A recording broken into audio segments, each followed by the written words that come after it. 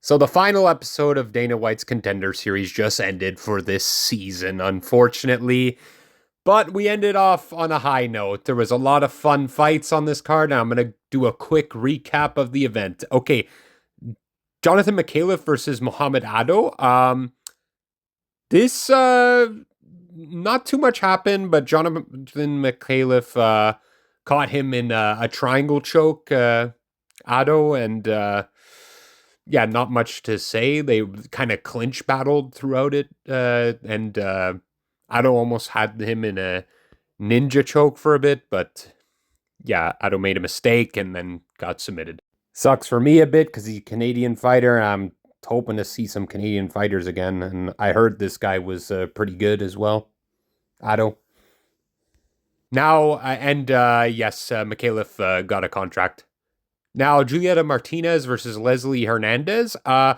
Martinez looks really good, and it's really unfortunate she didn't get a contract because she's too young. Then why have her on the Dana White's Contender Series? I'm not sure, but yeah, her kicks were really nice. She landed some really good knees, flying knee to the chin of Hernandez. It was fun to watch.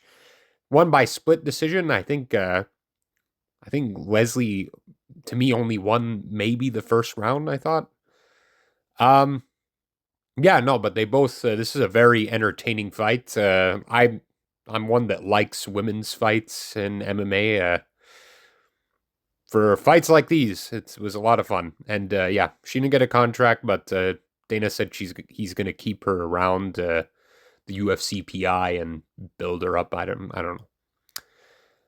Now, Yadir Del Val versus Antonio Montero.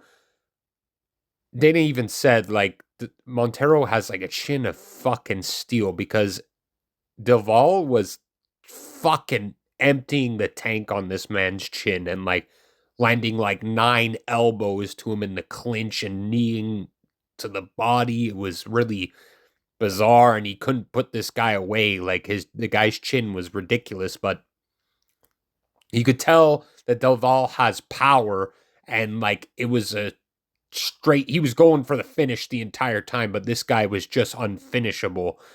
Very dominant, won by unanimous decision, and Dana White really liked him. Now, Nick Piccinini versus Louis Garul.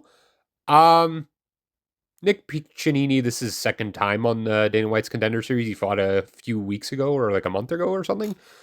A month and a half. I don't fucking know. But yeah, he's a good wrestler for sure. It just doesn't translate well to like MMA. And Louis Garul had some good scrambles out of Nick Piccinini's wrestling and just boxed him up throughout the whole time. And Nick Piccinini, he needs to work on like his defense. He was getting hit like a lot, and like yeah,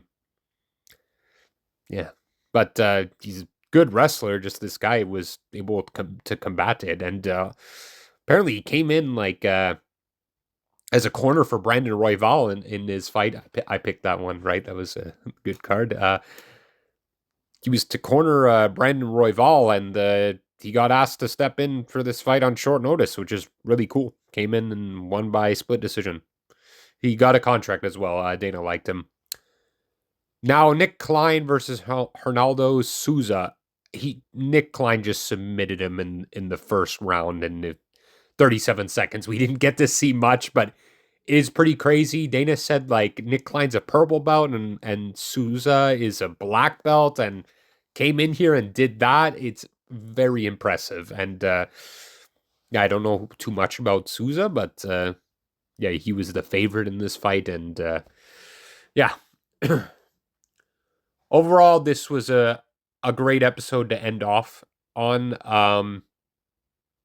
It's sad though. Like I'm gonna miss this show because like it was one thing I look forward to like every Tuesday night was watching the Contender Series. Now I gotta wait till like the Ultimate Fighter, but I always enjoyed the Contender Series a bit more than the Ultimate Fighter.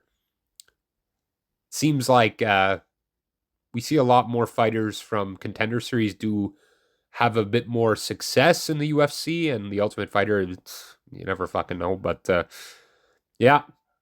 Anyway, I enjoyed doing some recaps to the Contender Series, and I had a lot of fun, and can't wait for it to start again.